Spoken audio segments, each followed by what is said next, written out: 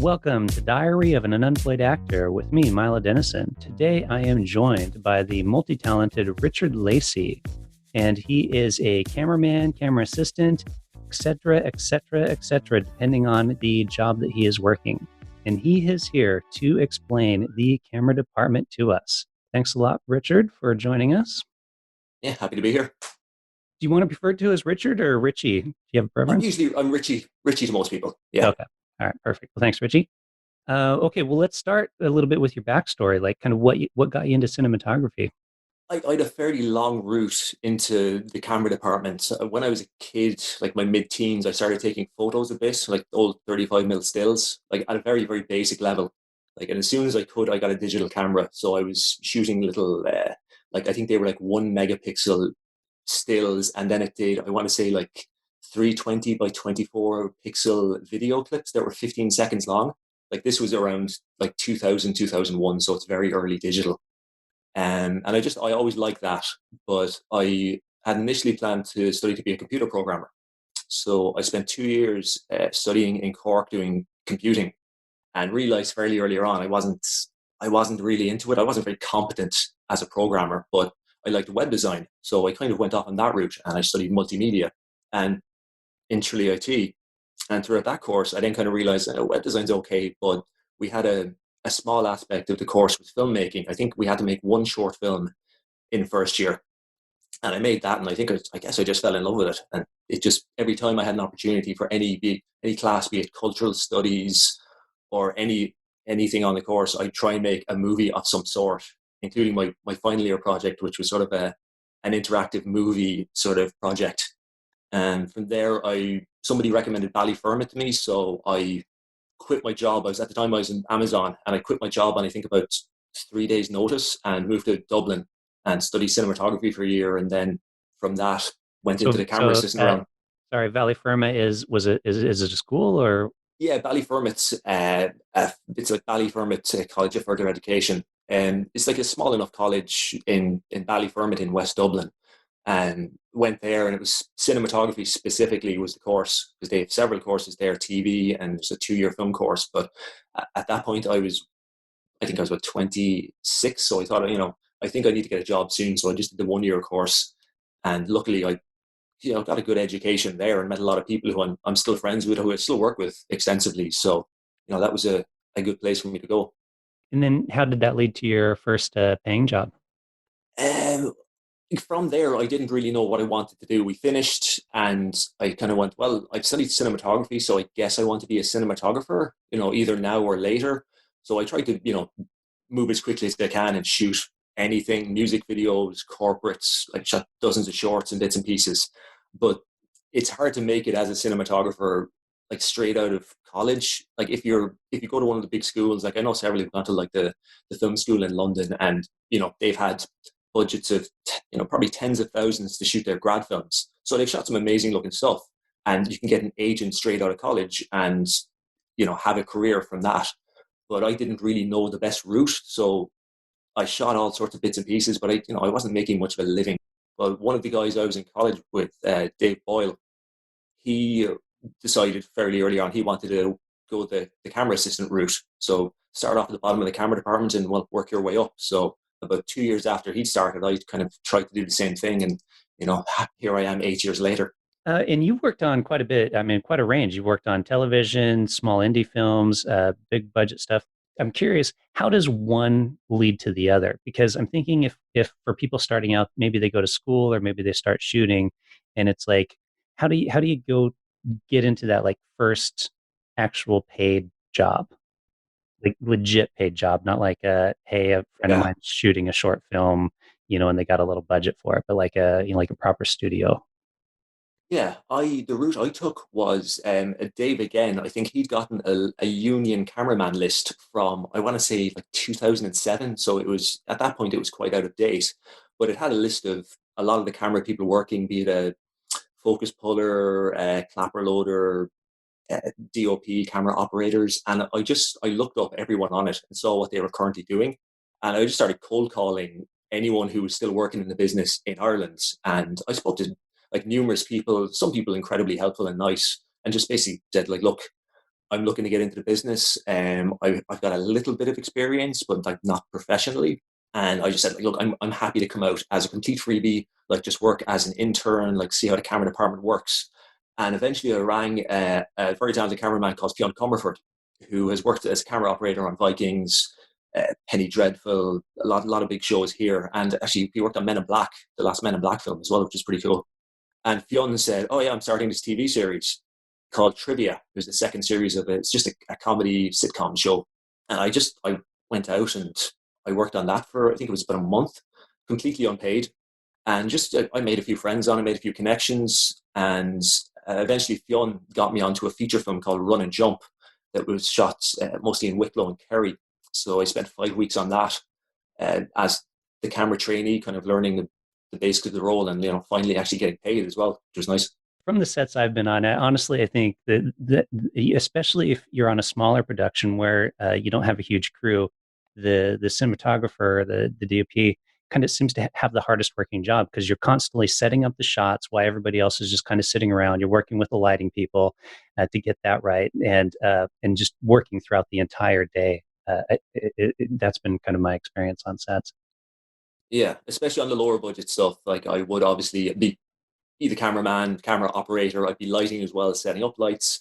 And depending on the scale of the job, I might even be focus pulling as well. So you're trying to think creatively and do a lot of things at the same time, which is definitely challenging. Like the same sort of role would you'd have upwards of 10 people doing it on a high end shoot. Yep, and you're stuck doing it by yourself, totally. Yeah. Do you find that because I love watch, I would imagine you're similar, like watching film. Do you find yourself still at this point in your career, still like watching cinema and like studying how it's made and the movements of the camera and the cinematography in it? Always, it's hard not to watch anything like that now. Like any even the stuff my fiance watches.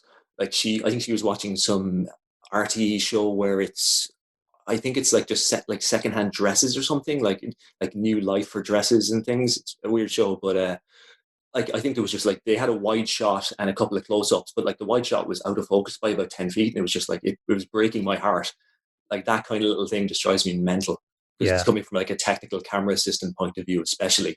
But when it comes to watching any movie or anything, yeah, I'm always watching camera move and trying to figure out lighting, just trying to see how a scene flows as well in terms of shot choice. Like, are they just starting off in a wide? Is it going into a mid shot on one character? Like, trying to see when are they going into proper close ups, or when are they, how they're covering it for dramatic reasons, just so I can apply that to anything I shoot.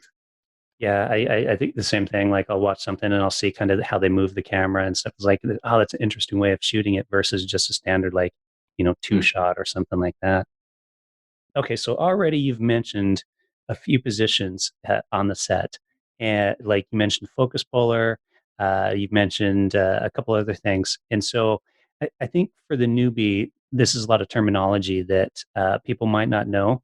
So I'm going to kind of run down my list and and feel free to add to it. So let's see if we can kind of maybe explain to the listener a little bit about the different positions. Sure. So starting at the top, you've got a cinematographer or director of photography, which are basically the same person, correct? Yeah, so they're basically the head of the department. They're in charge of everything that goes on within camera. They'll be heavily involved in shot choice, lighting. So they'll be more than likely hiring the lighting gaffer and making decisions in terms of like what lights are we getting? Are we going to get a bunch of sky panels? Are we going to get some old HMIs? And they're in charge of all that. And then their focus puller and will be dictated as well by them. So like they're a big part of the visual of the film, like collaborating with the director to kind of to establish the look of the production. Yeah, so they're working really closely with the director on getting it Mm. looking like what the director wants and that kind of stuff. And then, okay, so you mentioned focus puller. So what is a focus puller? Or that's usually second AC focus puller used interchangeably, or first AC. The first AC slash focus puller, yeah. Like in terms of the name, it's like it's literally in the name. The primary job is to pull focus. So to every lens will have distances printed on it. So be it feet or meters. Traditionally, feet here we work in. So that will dictate where the focus plane is. So if the lens is set to 6 feet and the actor's at 6 feet, that lens should be in focus, ideally. So they'll be working with a monitor to make sure things are in focus. And besides that, there one of the big parts would be like just the build of the camera and the upkeep of the camera would be a lot of the focus puller's responsibility. Okay. It's quite a senior job. Like I mean, most people like hopefully within 10 years of your career starting, you'll be a focus puller. But some people move quicker, some people move slower. It's all it's all quite different. But it is like there's a lot of responsibility with it. Like there's a lot of pressure because if there's a shot and everyone's watching at the monitors, be it the director, the continuity people, and if a shot's out of focus, it's very obvious. And everyone, like I've been on sets and I've just seen everyone go, Jesus, that was soft. That didn't look good. And it's a weird vibe because it's part of my department who's potentially struggling. Like I've been there myself as well. Like my first full focus pulling job was a TV drama called Small Town. Like I think the only reason I got the job was because there was nobody else available. Like it was the height of I think probably August, September when there's so many productions. Like there's just no crew anywhere. So like literally they were stuck, and some people knew I had some experience, not a massive amount at that point, and they asked me to focus pull. And my goal was like literally, look, if I can make it through the first week without getting fired, I'll consider it a success. Like my expectations were quite low, but like luckily I managed to last the entire shoot, and I made some like really close collaborators then as well because I was on B camera with a very talented cameraman called Miguel Angel, who's from Madrid, and like we bonded, and I've worked with him like dozens of times since. Like I'd be one of his go-to focus pullers these days. So on that first shoot, how did you deal with situations where, let's say, everybody liked the shot, but then it was basically a little out of focus or something like that? How's that conversation go? Because I can imagine as an actor, you just nailed the scene. You're like, oh man, that was perfect. I got the tears just right. And then your focus puller has to be like, yeah, sorry, there's a little out of focus there. We're gonna have to redo it. I think a lot of them are quite direct with it. Like they'll call cut, and a focus puller might say, "Oh, like I wouldn't mind another go at that," or another for me. And sometimes there will be a discussion, like with the director and DOP. Like you might go, "Okay, it was soft for the point where Brian's character was over by the fridge," and the director might go, "Well, I'm going to be on the shot of Laura at the table at this point, so don't worry about it. We can move on." So usually it's that kind of dynamic, but sometimes you just have to go again. If it's something essential, it's like, okay, we need another take. Yeah. Because like I've seen some incredibly difficult shots on long lenses with no depth of field, and it just has to be sharp. So you just have to go again. And I haven't seen anyone get into a lot of trouble. Like I haven't been on any jobs where the focus has been fired, but I am aware of ones where the the producers have seen the rushes and gone, oh, well, that's not very sharp. Mm. Like often it's not the focus puller's fault. It might be like they're put in a shitty situation where like realistically, depth of field might have been a millimeter, and keeping things sharp for points like that, it's just not realistic. And Yeah. sometimes heads have to roll, unfortunately. Yeah, and imagine, and it potentially falls on the actors too for not hitting their marks, or like reality television where they're not trained professionals, so they don't know to actually, stop moving your head back and forth and that type of stuff. Yeah, I think like things have changed a bit with the digital age. Like people aren't as worried about marks, it seems. Like I worked in film a little bit. Like I caught the very tail end of it. But I think actors were a little bit more disciplined back then. Maybe I'm not sure. Like I don't want to talk down contemporary actors because like there are so many amazing actors out there in terms of performance. And I mean, most are very well trained in terms of like there's a mark set on the ground, be it like just a bit of tape or be it like an actual sausage mark that they can step on. But like the focus pullers have monitors to work with these days. So if somebody's off a bit, you can generally they'll see it on their monitor and be able to adjust for it. Mm. And hopefully they can adjust quick enough that the shot is still usable. Is digital technology, because now autofocus on smaller cameras has gotten so much better than it used to be. Is there the potential of this type of just that aspect of this role being able to just focus in on the face, tag it, and then let the camera follow along, or do you think we're still kind of a ways off from that? I think we're a ways off from that because the way focus works quite often, like it can be used creatively. Like you're using very specific, like say you want to focus pull from one character in the foreground to one in the background very suddenly.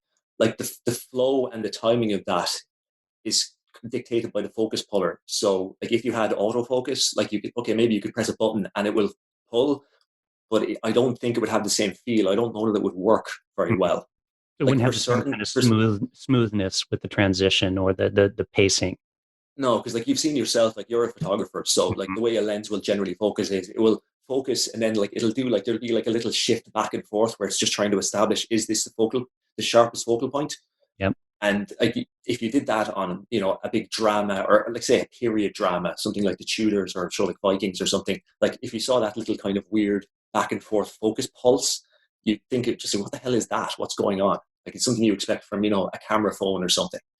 So I can't see it happening anytime soon. And now, how does the first AC work with the camera operator? What is exactly the camera operator's aspect of that? Well, the operator is obviously there to like literally operate the camera during the takes. Like they'll be involved in like often lens choices or shot position, shot composition. Like maybe they might dictate some things like camera moves. Like you might say, okay, can I have 12 feet of track here, and we'll have a dolly across here. So like on the bigger jobs, camera operators will be involved in a lot of that kind of thing, and the focus puller is just kind of their right hand man, I suppose. There isn't a massive I wouldn't say there's a massive creative collaboration there, but like they're all just part of the same, trying to create an image. I suppose it's because obviously a lot of jobs, the smaller jobs, the DOP will also be the camera operator. It's typically only on the bigger shows where there's several cameras.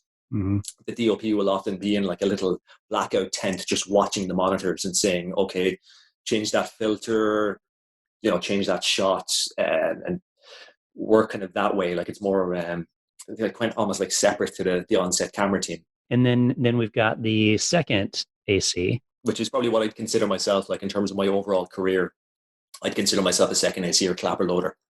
So mostly the most obvious job is the clapper board. So I'm responsible for making sure it's all correct in terms of scene, slate, take, even things like the date or the names on the board. Like I'm responsible for all of that because I have seen on several shoots where people have made mistakes in terms of the spelling of the DOP or the director's name. I was on a short film about 4 or 5 years ago down in Cork, and I'd gotten like the unit list which has the names of all the crew members and what they do, and I saw the director's name, so I was like, that's fine. And I printed out like a little label with the name on it, put it on the board. And then on the last day of the shoot, we were doing scenes where I think we were just driving around in the back of a car, and the director's sitting next to me, and he looks down at the board and he's like, "Oh, you misspelled my surname." And I was like, well, "That's exactly how it was spelled on the unit list. So I think you need to have a talk to production. Sorry about that." Nice. Well, at least it wasn't too upset about it or anything. No, no, he was very relaxed. Yeah. In the camera report, now this is kind of an important one that I know probably is much better on larger productions versus smaller ones. And it's kind of a pet peeve of mine. With the smaller the production, the less effort and work they seem to put into doing the camera report properly. Like, so what goes into that? Like, what's the purpose of that? The main purpose for me, anyway, as a camera assistant, would be to track the camera settings and lenses used throughout the shoot. Because obviously, the way films work, you're not shooting it in order from scene one to scene 101. You're going to shoot scene 26, then there might be scene 47. So you're going to be chopping and changing different scenes within different locations. And like quite often, you might have done one scene in a house, and they'll come to me and go, "Okay, we have to match this to scene two." And I have to get exactly the same camera settings, possibly match lenses, but more often than not, the main things would be the white balance for the camera. So, you don't want it looking too cool or too warm. And filters as well. Quite often, did we use a softening filter on this shot? And if so, what grade of softening filter did we use? So there's a lot of detail in there. Like I tend to be quite thorough with my notes. I've got like a little notebook. So it's scene, slate, take, lens, t-stop, filters, white balance, any variations, say if we're doing like slow motion, and then like what details for that, and shutter angle or shutter speed. They're kind of used interchangeably. And I often like will note down the specific shot. So say it's a close up on Amy, or it's a wide shot or whatever, just so I Mhm. can, if somebody asks me, okay, what did we have on the wide shot? I can just go up 24 mm lens, T2, whatever. Why couldn't you just, you mentioned color balance, like I'm thinking, modern technology again, like as a filmmaker, why wouldn't I be like, oh, well, that doesn't really matter because I can just adjust it in post or tweak it in post. It's easier to get it right on the day on set. Hmm. Like it's because you don't necessarily have that much time for post production. So, like, if you can establish the look on set, I mean, the look from the camera is going to be going to the monitors for the director and everyone. So they're going to say, okay, I like that. That looks right. So you've got your white balance set to something quite warm, like for like a sunset kind of scene, and look like everything's got a kind of a nice warmth to it. You might as well just get that there and then. Like, you don't want to mess it up, and because people tend to fall in love with the look of something as well. If they see it as like, oh, I like that really cool tone you've got to that. Let's leave that, even though it was initially a mistake. Like, they could go, oh, let's go that way, and they're like, no, that's not what we talked about. Like, you kind of need to. We have the look established. We don't want to, you know, go with some accidental style that you don't want. Yeah, it makes sense. That's getting it as close to what you want it to be in the first place, so that way you don't have to mess Yeah. with it later on. Yeah, like continuity is a huge part of everything. So like just keeping everything looking the same, like because you will see the odd production where it cuts from one shot to another and suddenly the white balance is completely different. And it like the layperson won't right know what exactly is wrong, but I think everyone kind of it'll jar in some way. Your brain goes, there's something different here. Like you're capable of recognizing that quite easily. Now, DIT and data wrangler, two different positions, or does data wrangler kind of fall under the DIT, which is digital imaging technician? Yeah, they're kind of. It's still evolving a little bit. Like when I got into the business, like the DIT role was pretty new. Like when I was starting, my first shoot I was ever on, it was a Red One, like the original Red One camera, so 4K, and it was a big beast of a camera. But DITs, I don't even like the role kind of evolved from there.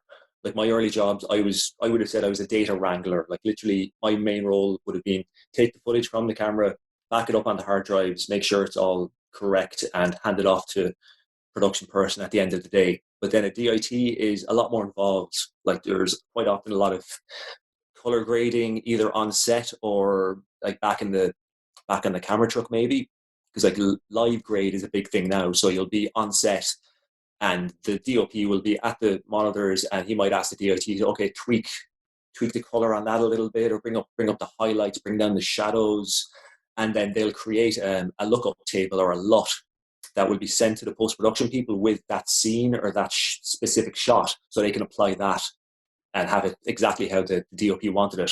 So they'll take that raw footage from the card, plug it in, play with the look of it a little bit, save that as Mm, a LUT, and then that way when they send everything off to editing, they've got that, and that they can then take that, apply it, and tweak it and adjust it as they want. exactly, but like a lot of it is done live, so the DOP and the DIT might be playing with the image as they're filming, Oh, and okay. they will then be outputting that image to the monitors for the director.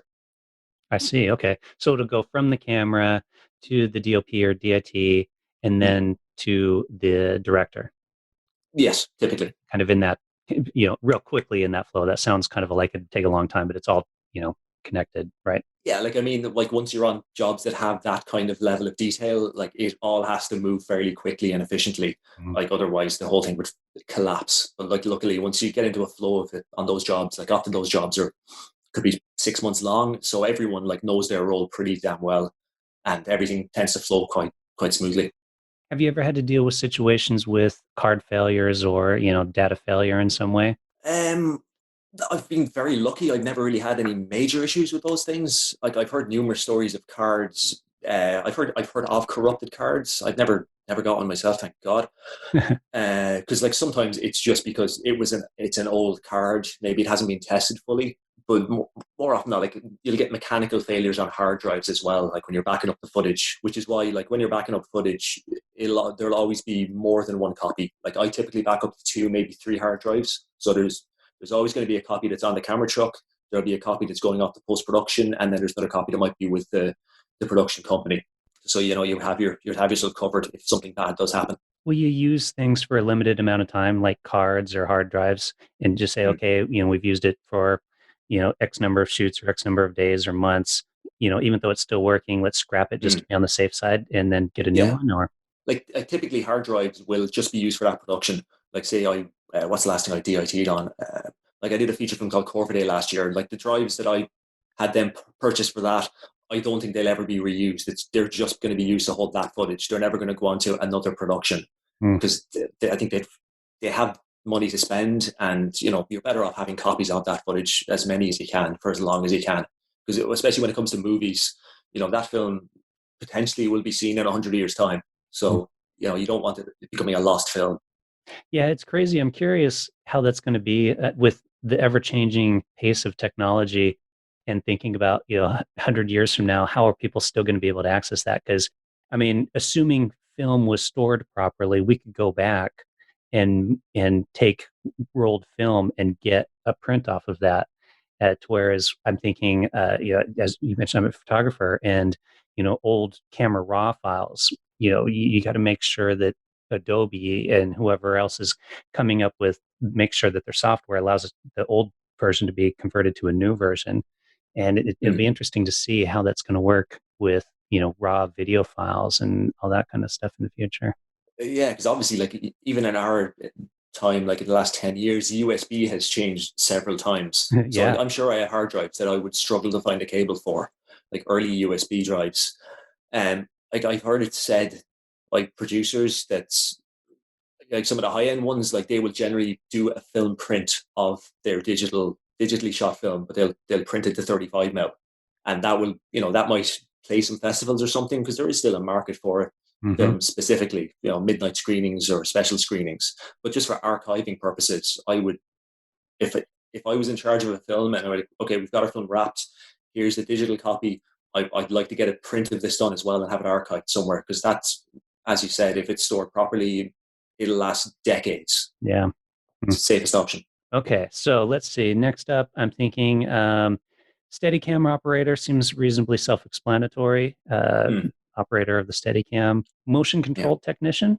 Um, I suppose that's more like hotheads for jib shots and things. Maybe gimbal stuff. Because Okay. like obviously gimbals have become a big thing. Like the Ronin gimbal or the Movi, they're quite a big thing. So that's kind of a specialist area now, which kind of leans. It's kind of sits somewhere between the grip department and the camera department. Sometimes that's still evolving right now. I think. Do you find with I'm thinking drones being so much more readily available in the quality? Do you have you been on many sets where seen any shoots where it seems like drone technology is being used more for aerials or movement, anything like that?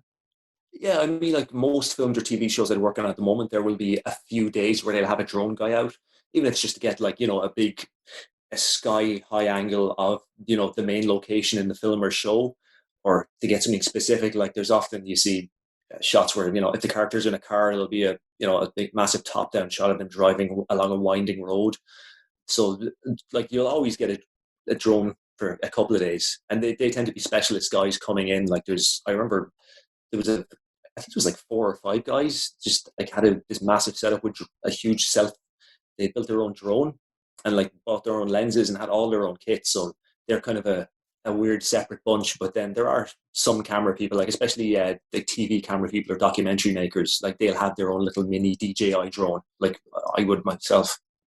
Camera film loader, or what would that be called now? It used to be the person that would load the film. Is there something similar to that that's responsible for putting in new cards and taking out old cards?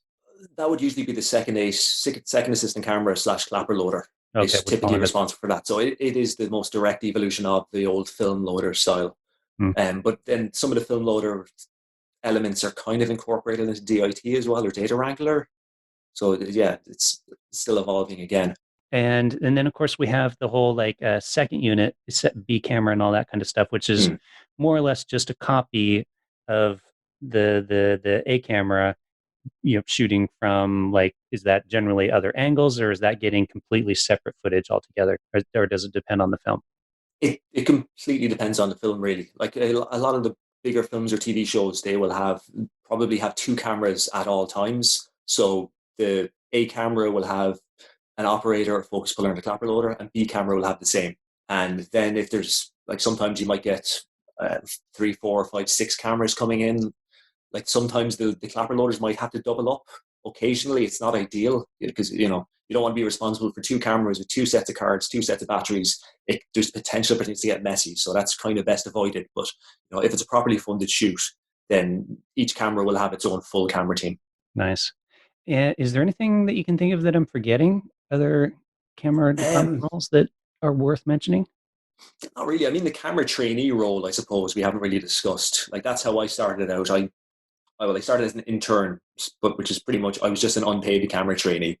But the responsibility with that job is more often than not, especially on smaller shoots, will be take care of the monitors, all the video stuff for the directors, the continuity people, the checks people, and a lot of just making coffees. Like I think 2 summers as one of the camera trainees on Vikings. Kind of, I was a daily camera trainee, so I'd be in there for a few days or a few weeks at a time, and I must have made like I'd say probably 5,000 coffees because if you've got a big camera team like that often did, there's probably like there might be 20 people who want a cup of coffee 3 times a day. So it's just day in, day out making teas and coffees for everyone. But, it's, you get a kind of you've got slightly less responsibility overall. So you get to kind of really observe things. Like you're not expected to know everything as well. So you can it's the best time to learn everything, like learn Yeah. your place in the camera department and where you potentially want to go. Because like some people do swap departments. Like I know people who started off as assistant directors who transitioned to camera, and one of my camera trainees, he moved to Canada and he's now in the art department. So you never know what's going to happen. Really, there's so many jobs there, and you might have more of an interest in something else. Do you see your career changing too much in the future?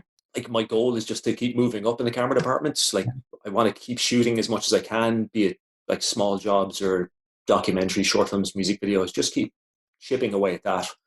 And if I can pay the bills with my camera assistant work, that'll be a good life balance, I suppose. Because Yeah. like I do eventually want to be a fully fledged DOP. That's the goal for pretty much everyone in camera, I think. And but it's hard to get the breaks, and it's just hard to get the opportunities quite often. Because I had an amazing run last year where I bought myself a Sony FS7 camera, and I had basically a month straight of shooting like really good corporates. I shot an RTE documentary for the RTE player, and then I traveled around Europe for 2 weeks shooting for an American company, which was a brilliant experience. I got to shoot in Tallinn for about a week, and I was in Amsterdam for a week filming. Oh, wow. And then I went back to the world of camera assisting, and I literally haven't earned a cent off that camera since because I've just been busy as an assistant. So to get the balance is really hard. Can you talk about that project at all? Is that out now or The one where I was on the continent, yeah? that was just for a company called Intertrust. So it was myself and another cameraman, Gareth Stack. We just traveled around and basically we shot at a couple of their locations. Like I think they're basically a software company. It was hard to actually figure out what they did. It seemed like they kind of buy up a lot of little companies, and it's all about web security ish. So we filmed a bunch of talking heads interviews, made them look as nice as we can. We went to IBC, which is a huge camera and tech kind of what is it, camera and tech festival of sorts, I suppose, in Amsterdam. Filmed there for a few days, so got to play around and film everything there, and then just film lots of beautiful video shots of the city, just to have something to cut to. Yeah. That was pretty cool. I don't know if I think that was probably for internal usage, so I don't know if the footage is actually online even. Oh, never be seen again. Yeah, I mean, well, look, I've got the footage that I shot, so if I can stick it into a show reel or something. Well, that's what I was wondering. On a shoot like that, if you have like free time or a day off, do you then take your camera out and just go get some footage and use it as stock that you might be able to use someday or just to play with? Yeah, like we definitely did a lot of that in both cities. We just shot as many beautiful things as possible. Like, and the other cameraman, like he was very specific. Like, yeah, I'm kind of shooting this for myself as well, which is smart. Like he edited something together recently, which I have a cameo in. It's mostly footage of Tallinn in Estonia. Sorry, a Talon? Tallinn, it's the capital of Estonia. Oh, okay. So we kind of wandered around there for a day, like went to the old city and filmed lots of just nice, nice slow motion shots of people wandering around and Uh, little gimbal shots like moving around the place. It was good fun. do you find, because I was listening to an interview, I can't even remember who it was. He was a first AC, and he was talking about focus pulling and his career in that. And he said that such a like skilled position if you get good at it that he finds that people are continually wanting to hire him in that role because he's good in that role, and sometimes it can be hard for a DOP to find a good focus puller. Have you kind of had that experience at all in that where they're like, okay, we know you're good at this, so we want to kind of keep you doing this? Yeah, like being a camera assistant, it can be difficult. You can kind of get pigeonholed. Like Yeah. a lot of the top focus pullers in Ireland have pretty much just focus pulled. Like I There's a very well-known focus puller who would have been the main focus puller on Vikings for the entire, what was it, 6 or 7 years of that. And he's basically focus pulled every big job since, I think it was My Left Foot. Like I go back and look at old films. Oh, who focused this? Oh, there's Alan. Jesus, because he's an exceptional like focus puller in terms of keeping things sharp and in terms of technical knowledge and running a camera department. Some people like that just, you become incredibly good at something and hopefully they're getting paid well enough that you can just stay doing that. But I do know several who wanted to make the jump, and eventually you just have to go, okay, look, I'm not a focus puller anymore, and just try to shoot things, become a camera operator. And like I'm not there yet, but it's kind of it's a scary thought because you go from being well paid to possibly not working at all, and just making your break then is, I guess you have to have a bit of luck and time things well, but it can pay off. Yeah. Makes sense. Okay, a couple more questions and we can kind of wrap up here. How do you keep training? I'm always interested in how people kind of keep improving their skills. But like, things are constantly changing on set. Like every year or so, like there's bound to be a new camera or something's going to change. Be it the like wireless video has become a big thing in the last 5 to 10 years. So like technically everything keeps evolving. The cameraman or the camera company will keep getting different bits of kit in. So you're learning on set constantly. Like there's every job there's something a little bit new. So you get to learn on the job a lot. Like I do try to go to the camera rental places occasionally. Like if I'm doing ads or anything, like the equipment will very often be very different for each ad, be it the camera lenses, focus setup. And so I'm always just seeing what they have and like what it can do. And very often I have to read up on the specs of things because they're like obviously they're basically computers with a lens mount slapped onto them. So there's a lot going on in them. So they can be very quirky things. So if a new one comes out, be it Sony bring out a new camera or ARRI, there's a lot of reading involved for sure. Might watch some videos. Places like CVP are very good for putting up videos when new equipment is launched. So you can watch that and get a sense of everything it can do or any quirks they might have. Yeah, it makes sense because you want to walk in, if you're on a set and you're working with a new piece of equipment, you want to know as much about that piece of equipment as you possibly can. Yeah, exactly. Okay, last question. If people want to track you down, hire you for a gig, how would they get in touch with you? I'm not amazing at social media, but my Hmm. main outlet would, I suppose, be Instagram. I'm Richie Camera on that, so RICHY Camera. That's the main thing. I'm also on Facebook, and look, I'm on IMDb as well. If people want to look that up and see everything I've worked on. Yeah, I looked you up earlier. I was really surprised about the number of projects that you've worked on. Like, it is really quite an impressive range of stuff. Yeah, I haven't looked at it for a while. Like I don't remember the last time I updated it. But yeah, it's getting on. I think there was like 69 jobs last time I checked it. Oh yeah, I don't remember what it was this time. I don't didn't count, but I do remember Yeah. going down the list like, wow. And some pretty big jobs as well. Although according to IMDb, like it's not always true. I was a visual effects guy on some Halloween ripoff in the early '70s. So that's not me. There are a few different Richard Lacey's out there. Yeah, I did notice that too because I think the first one I clicked on, I was looking at, I'm like, no, I don't think this is the right one, and had to do a little search and to track you down. Because there is a Richard Lacey working in America on a lot of high end Hollywood stuff, who's a focus puller. So maybe someday I'll get to work with him. That was the one I initially clicked on the first Yeah, time. Yeah, it's like no, no, I am. You ever had anything stolen? I would imagine with all the stuff you have. but I've never had anything stolen. But I've been on shoots where people have tried to steal things. Like some junky looking guy tried to steal a box of lenses on a small shoot we did, a small feature film years ago. But a friend of mine actually, he worked on a lot of big feature films in Spain, and he was saying one day, I think the cameraman said, "Oh, go and get the 24 to 250 mil lens," and he went off the mag liner where all the equipment was, and he's like, "The lens is gone. It's nowhere." So he ended up checking the camera truck. Was it there? Nope. Checked with the other unit. Nope, wasn't with them. And then eventually they just had to go, "Look, this lens is missing. Something's happened." And everyone started checking the set, like the ADs and everyone. And eventually they found an extra sitting on top of the lens box with their jacket over it. They're trying to steal it, but failing. Oh, oh, man. Yeah. Oh, that's funny. Well, best of luck with everything, Richard. Hopefully, work picks up a little bit more as everything opens up here. Yeah, I'm sure it will. And thanks a lot for coming on the show and explaining the camera department to us. Yeah, thanks for having me. Thanks, man.